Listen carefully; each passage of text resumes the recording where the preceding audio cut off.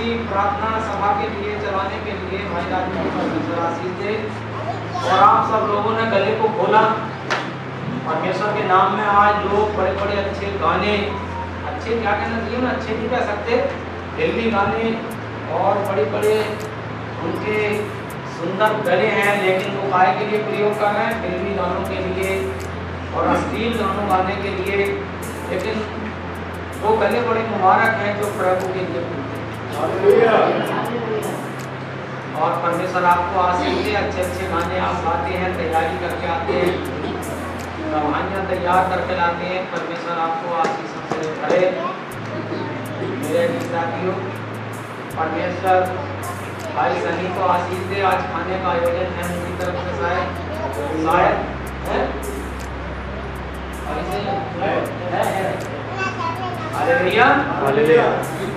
और बनाने वाले आपके लिए बना रहे हैं, उनका दिल गम में भी है। हम उनके लिए प्रार्थना करेंगे। प्रभु पिता परमेश्वर मेरे जीवन के आधार, सनी पर आपका अनुग्रह, उसकी कमाई रोजगार पर, उसके पिता पर, माता पर, सब पर आपका अनुग्रह। जो उसने खर्च किया उसके बदले में प्यारे पिता 100 गुना आशीष। और जो भाई प्यारे पिता इस चर्च में सेवा करते हैं, खाना बना रहे हैं, प्यारे पिता उनकी सारी समस्याओं का समाधान करने वाले आप, और आपने उनके साथ कुछ बुरा नहीं किया है, अच्छा किया है। मेरा पूरा विश्वास है माय गॉड, आप रास्तों को खोलने वाले परमेश्वर, बंद रास्तों को खोलने वाले। और मैं चाहता हूं उनके लिए एक ऐसा द्वार खोल दीजिए ताकि सब कुछ नया और नया हो जाए।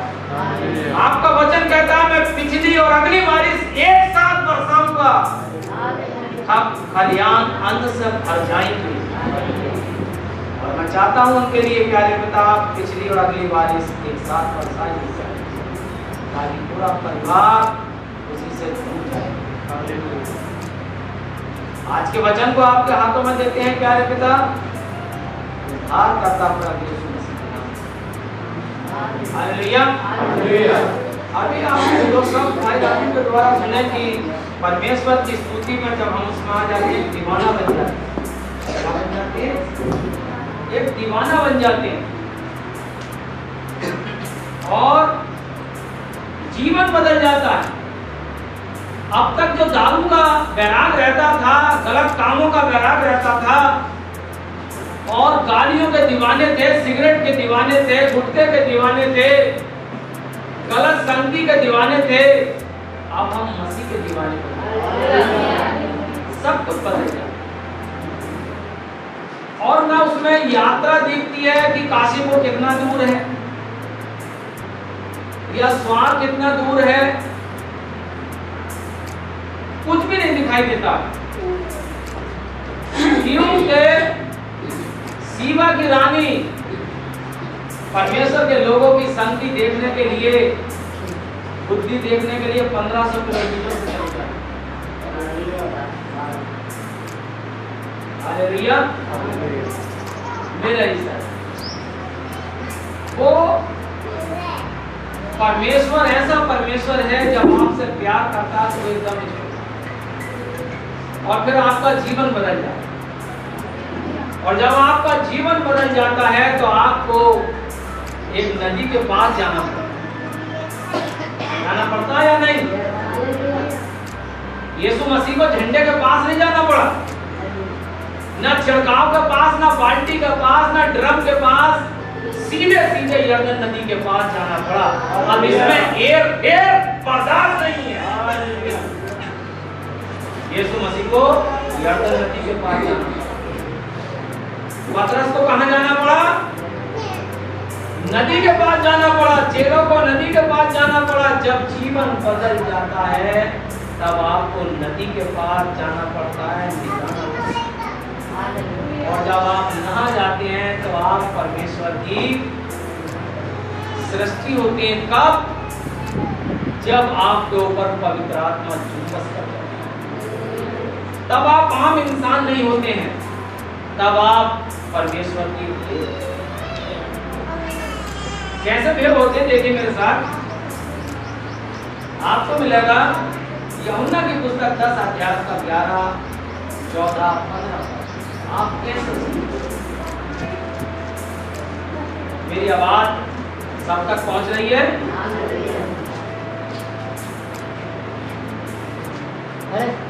हाँ। अच्छा चरवाहा मैं हूँ। यीशु मसीह कह रहा है अच्छा चरवाहा मैं हूँ, और सच में चरवाहा यीशु मसीह है। वो मेरा भी चरवाहा। उसने पास्टर नियुक्त तो कर दिए, लेकिन सच में पास्टर कौन है? प्रभु यीशु।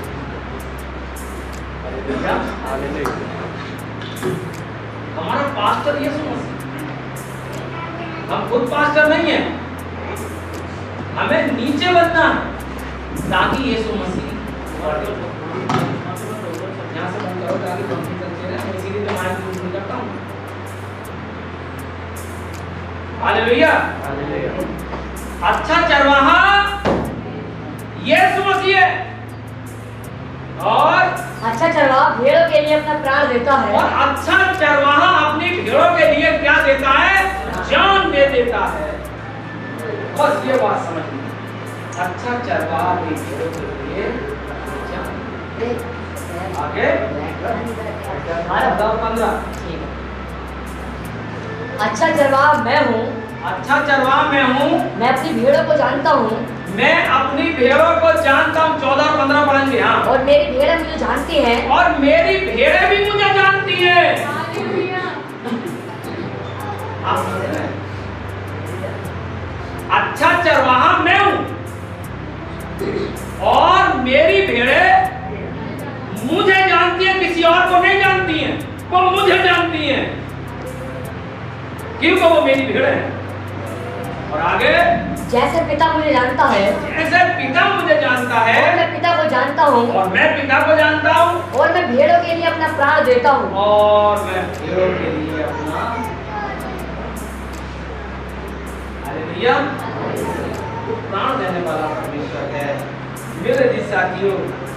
और 16वां पद क्या कहता है? मेरी और भी भेड़ें हैं। मेरी और भी भेड़ें हैं जो बपतिस्मा तो ले लिया, यीशु मसीह के नाम का प्रभु भोज भी ले लिया, लेकिन वो इधर उधर इधर उधर चली गई। पढ़िए, जो इस भेड़शाला की नहीं, जो इस भेड़शाला की नहीं, मुझे उनका भी लाना अवश्य है। वो किसी और भेड़शाला में चली गई है, मुझे उनका लाना। वो प्रभु भोज ले रही और किस्मत प्राप्त है, यीशु मसीह के दुल्हन का हिस्सा है, लेकिन वो कहीं और है, मुझे उन्हें लाना की आवश्यकता। आगे, वे मेरा शब्द सुनेंगी। वो मेरा शब्द सुनेंगी।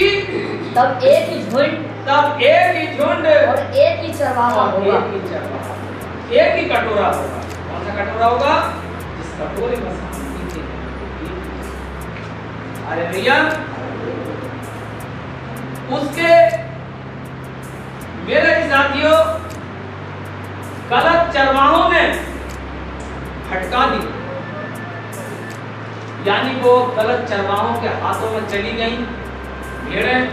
और वो कैसे भटकाती? देखो, मीका 3 अध्याय उसका 5 पद।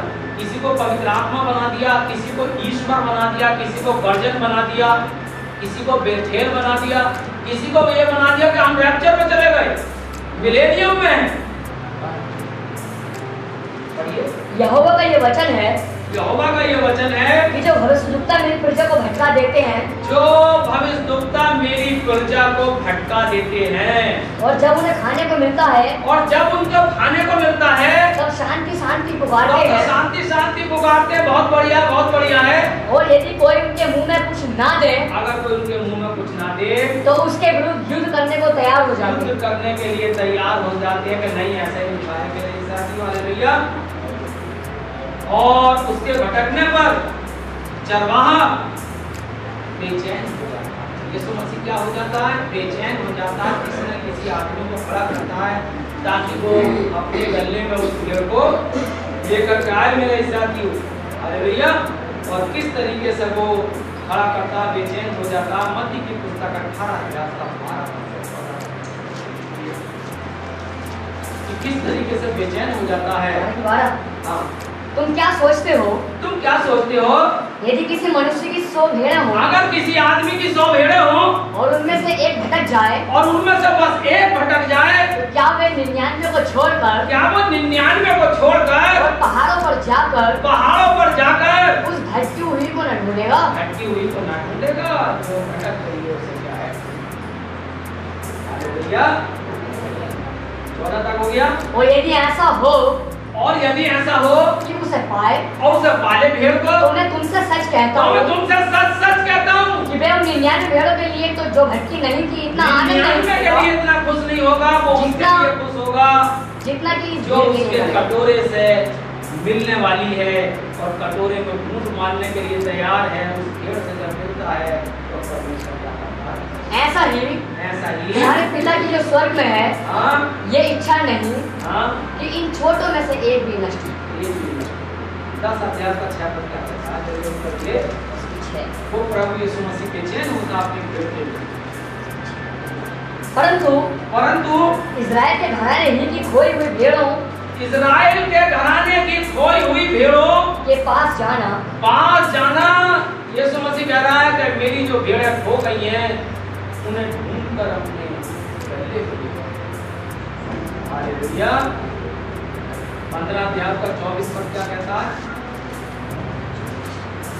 उसने उत्तर दिया, इज़राइल के घराने की खोई हुई भेड़ों को छोड़, इज़राइल के घराने की खोई हुई भेड़ों को छोड़ मैं किसी के पास नहीं भेजा गया। मैं किसी के पास नहीं भेजा गया मेरे साथियों। हालेलुया। उसे खोजने के लिए वे क्या करता है। हालेलुया। मैं गांव का रहने वाला आदमी हूँ और गांव की मुझे जानकारी और सबसे मुख्य नाम इस समय यहाँ दर्शन का चलता है भेड़ों के लिए। और जब भेड़ों के लिए वो भेड़ लेकर जाके, तो मैं बचपन से देखता चला आया हूँ कि जब भेड़ खो जाती है तो चरवाहा उसी आवाज में आवाज निकालता है, ऐसे ही बोलता जैसे वो बकरी बोलती है या भेड़ बोलती है। और जब वो आवाज निकालता है तो वो किसी भी सूरत से उसको उसका शब्द सुनती है। यीशु मसीह क्या कह रहा है, वो मेरा शब्द सुनेंगी और वो मेरे पीछे। हालेलुया। मेरे साथी हो, लेकिन ये शब्द सुनेंगे कैसे। भेड़ तो अपने चरवाहे का शब्द सुनती है, लेकिन हम इंसान हैं तो हम किसकी आवाज सुनेंगे, पास्टर की आवाज। पास्टर भी उसी आवाज में आवाज निकालेगा और भेड़ उसका शब्द सुनेगी और वह वापस आ जाएगी। कैसे आ जाएगी। नीति वचन 3 अध्याय का 11 पद और 22 पद पढ़ लीजिए। 11 में लिखा है, हे मेरे पुत्र, यहोवा की शिक्षा से मुंह न मोड़ना, यहोवा की शिक्षा से मुंह मत मोड़ना कभी भी। और जब वो तुझे डांटे, जब वो तुझे डांटे तब तू बुरा न मानना, तब तू बुरा मत मानना। हालेलुया। हालेलुया। ये क्या है, ये आवाज निकालना है। भेड़ को वापस लाने के लिए जब आवाज निकालता है तो उसी आवाज और कहता जब वो तुझे डांटे तो बुरा। हाँ, क्योंकि यहोवा जिससे प्रेम रखता है, यहोवा जिससे प्रेम रखता है उसको डांटता है, डांटता है, जैसे कि बाप उस बेटे को जिसे अधिक चाहता है। जैसे कि बाप उस बेटे को जिसे वो अधिक चाहता है।